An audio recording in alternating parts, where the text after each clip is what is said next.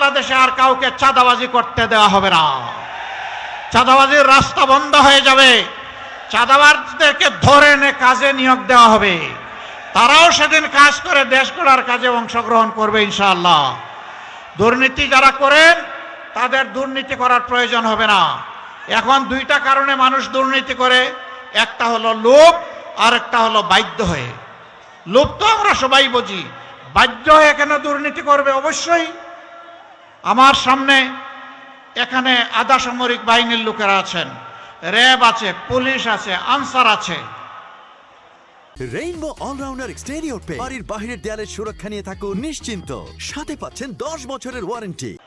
এবং কোনো জায়গায় সামরিক বাহিনীর লোকদেরকে আমরা দেখেছি, তাদের সকলে সমান নয়।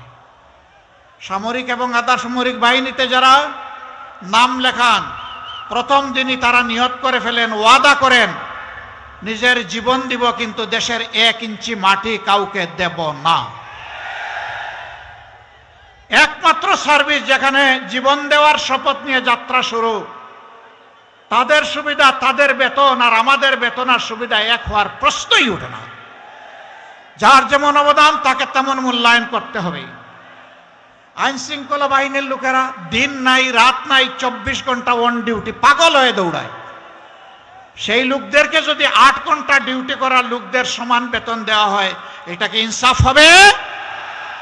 চরম বেইনসাফি হবে। এবং সেটাই বাংলাদেশে চলে আসছে। আমি অল্প কিছু পেশার কথা বললাম, প্রায় সকল পেশায় এই ধরনের ভারসাম্যহীনতা। আমরা সেই ডিসপ্যারিটি বা বৈষম্য আমরা দূর করতে চাই।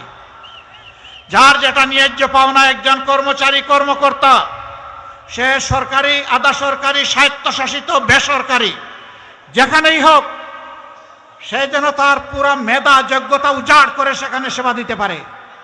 আর রাষ্ট্র এবং নিয়োগকারী সংস্থাও যেন তাদেরকে সম্মানের সাথে বসবাস করার মতো সুযোগ তাদের হাতে তুলে দেয়। আমরা তা নিশ্চিত করব ইনশাআল্লাহ।